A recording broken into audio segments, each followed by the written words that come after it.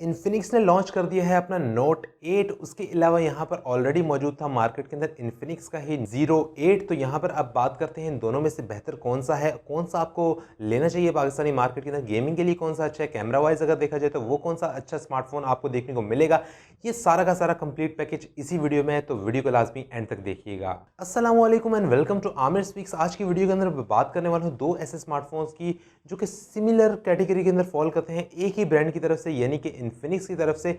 अब हम बात कर लेते हैं यहाँ पर कि इन्फिनिक्स नोट 8 और ज़ीरो 8 में से बेहतर कौन सा है। तो सबसे पहले बात करते हैं इन दोनों के एंड्रॉयड वर्जन की। तो यहाँ पर दोनों ही आपके पास देखने को मिलते हैं एंड्रॉयड 10। बात की जाए सिम स्लॉट्स की तो यहाँ पर 4G सपोर्टेड आपको डुअल सिम स्लॉट देखने को मिल जाता है। उसके बाद अगर बात की जाए एक्सटर्नल स्टोरेज भी आप यहाँ पर प्रोवाइड कर देते हैं, इन्फिनिक्स SD कार्ड यूज़ करके आप कर सकते हैं। उसके अलावा इंटरनल स्टोरेज की अगर बात करूँ तो 8GB रैम आपको देखने को मिल जाती है इन्फिनिक्स ज़ीरो 8 के अंदर। नोट 8 की बात की जाए तो यहाँ पर 6GB रैम आपको देखने को मिलती है। अगर यहाँ पर बात की जाए इंटरनल स्टोरेज की तो यहाँ पर 128GB की इंटरनल स्टोरेज दोनों ही स्मार्टफोन्स के अंदर आपको देखने को मिल जाती है। अगर बात कीजिए यहाँ तक तो कंपैरिजन जो है ऑलमोस्ट बराबर है, थोड़ा सा रैम का जो एज है वो लेके जाता है ज़ीरो 8।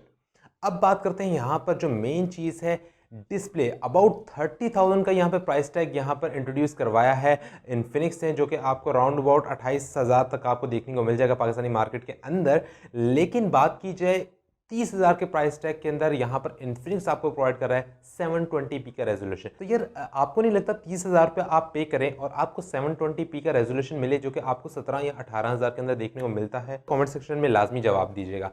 ज़ीरो 8 की तरफ चलते हैं, वहाँ पर हमारे पास 1080p का फुल रेजोल्यूशन देखने को मिलता है जो कि बहुत अच्छी बात है। 10 आउट ऑफ 10 दिए जाते हैं यहाँ पर ज़ीरो 8 को।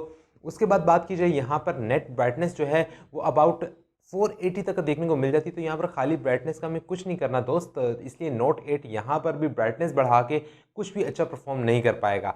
दूसरी तरफ हम जाते हैं ज़ीरो 8 की तरफ, तो वहाँ पर आपके पास 90 हर्ट्ज़ की स्क्रीन रिफ्रेशिंग देखने को मिल जाती है जो कि गेमिंग के लिए काफ़ी ज़बरदस्त है। और उसके बाद अगर बात करूँ यहाँ पर स्क्रीन साइज़ की तो ऑलमोस्ट 6.95 इंचज़ का स्क्रीन साइज़ आपको देखने को मिल जाता है। ज़ीरो 8 के अंदर ऑलमोस्ट यही स्क्रीन साइज़ जो है आपको देखने को मिल जाता है, थोड़ा सा फ़र्क के साथ नोट 8 के अंदर भी। अब बात करते हैं यहाँ पर बैटरी की। तो यार बैटरी की बात करूँ तो यहाँ पर स्लाइटली एज लेके जाता है नोट 8। यहाँ पर 5200 मिलियन पास की बैटरी देखने को मिल जाती है। लेकिन अगर बात की जाए ज़ीरो 8 की तो वहाँ पर आपको 4500 मिलियन पास की बैटरी देखने को मिल जाती है। तो स्लाइटली एज यहाँ पर जाता है नोट 8 को। ओवरऑल परफॉर्मेंस की अगर बात करें तो यहाँ पर अंटूटू बेंचमार्क स्कोर्स के ऊपर 2 लाख से ऊपर का रेवेन्यू जनरेट करके देता है आपको ज़ीरो 8, और अबाउट 1,80,000 90,000 के करीब करीब आपको देता है इन्फिनिक्स नोट 8। उसके अलावा अगर बात की जाए यहाँ पर चिपसेट की तरफ चलते हैं तो यहाँ पर दोनों ही almost same kind of similar kind of chipset use करते हुए आपको दिखाई देते हैं। एक का आपको यूज़ करता हुआ दिखाई देता है MediaTek Helio G80 यानी कि नोट 8। ज़ीरो 8 की अगर मैं बात करूँ तो वो आपको प्रोवाइड करता है MediaTek Helio G90T का चिपसेट। माली G52 MC2 का यहाँ पर आपका ग्राफिक कार्ड देखने को मिल जाता है यानी कि GPU देखने को मिल जाता है नोट 8 के अंदर। उसके अलावा अगर मैं बात करूँ यहाँ पर ज़ीरो 8 की तो यहाँ पर आपके पास MC4 का चिपसेट देखने को मिल जाता है जो कि आपको ग्राफिक्स की डिटेल्स काफ़ी अच्छे से प्रोवाइड करता है। दोनों की अगर बात की जाए तो यहाँ पर मैक्स फ्रिक्वेंसी जो आपको देखने को मिलती है GPU के अंदर वो देखती है 800 मेगाहर्ट्ज़ की। तो ये दोनों ही almost similar kind of processor हैं। लेकिन यहाँ पर अगर कोर्स की बात की जाए दोनों ही 8 कोर्स वाले हैं। 64 बिट वाले प्रोसेसर आपको देखने को मिलते हैं इन्फिनिक्स की तरफ से।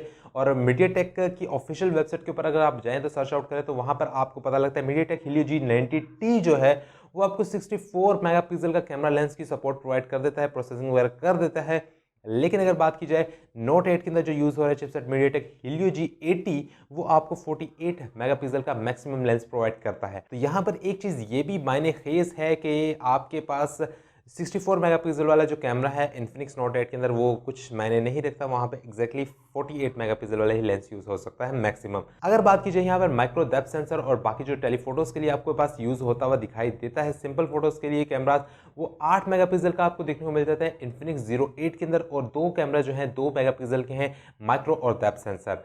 अगर बात की जाए नोट 8 की तरफ तो यहाँ पर कंप्लीट जो सीरीज़ आपको देखने को मिलती है वो देखने को मिल जाती है 2 मेगापिक्सल की, यानी कि 2 कैमरे आपको देखने को मिल जाते हैं, एक मैक्रो लेंस देखने को मिल जाता है, एक डेप्थ सेंसर देखने को मिल जाता है, और लास्ट का जो कैमरा आपको देखने को मिलता है वो यहाँ पर कुछ भी काम नहीं कर रहा। सेल्फी की बात करें तो 16 मेगापिक्सल की आपको सेल्फी प्रोवाइड करता है नोट 8। सिमिलरली 48 मेगापिक्सल के ऊपर जाता है इन्फिनिक्स ज़ीरो 8।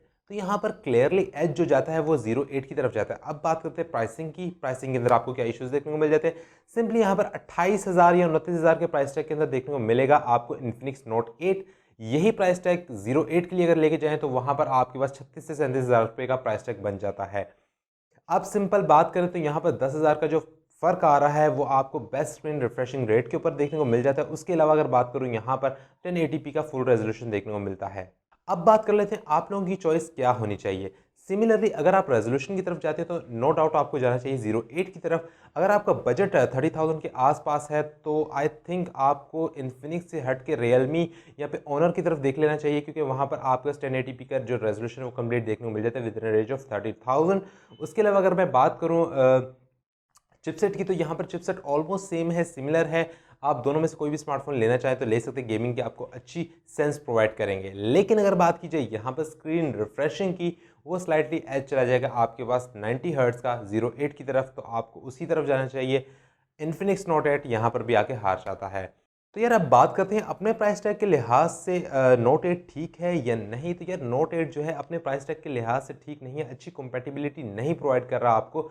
यानी कि यहाँ पर आपके पास ऑनर की कोई डिवाइस होगी वो आपको 720p का रेजोल्यूशन प्रोवाइड नहीं करेगी। हुआवे की कोई डिवाइस होगी वो आपको 720p का रेजोल्यूशन प्रोवाइड नहीं करेगी। 30,000 की रेंज के अंदर आके आपको 1080p का जो रेजोल्यूशन है वो मस्ट हो जाता है, क्योंकि यार 30,000 रुपये का आप पे कर रहे हैं तो यहाँ पर एटलीस्ट भी 1080p का रेजोल्यूशन तो बनता है। तो यहाँ पर 720p का रेजोल्यूशन मुझे समझ नहीं आता, और इन्फिनिक्स जैसी कंपनी की तरफ से तो बिल्कुल भी समझ नहीं आता, जहाँ पे कंपनी बजट के अंदर खेल रही होती है। लेकिन यहाँ पर समझ नहीं आया कि इन्फिनिक्स क्या करना चाह रहा था। तो यहाँ पर काफ़ी ज़्यादा डूज एंड डॉट्स थे जो कि इन्फिनिक्स ने फॉलो नहीं किए इस डिवाइस के अंदर, जिसकी वजह से यहाँ पर क्लियर विनर जो है वो 08 है। तो यहाँ पर अगर आप बाय करना चाहते हो, आई पर्सनली सजेस्ट यू कि आप जाएँ इन्फिनिक्स 08 की तरफ। तो कमेंट सेक्शन में मुझे बताएं कि यार आप लोग किसकी तरफ जाएंगे, नोट 8 की तरफ। बजट के अंदर अगर आप लेना चाह रहे हैं, यानी 30,000 की बजट है आपका, तो फिर भी आप नोट 8 की तरफ जाएंगे या नहीं, एटलीस्ट मैं नहीं चाहूँगा।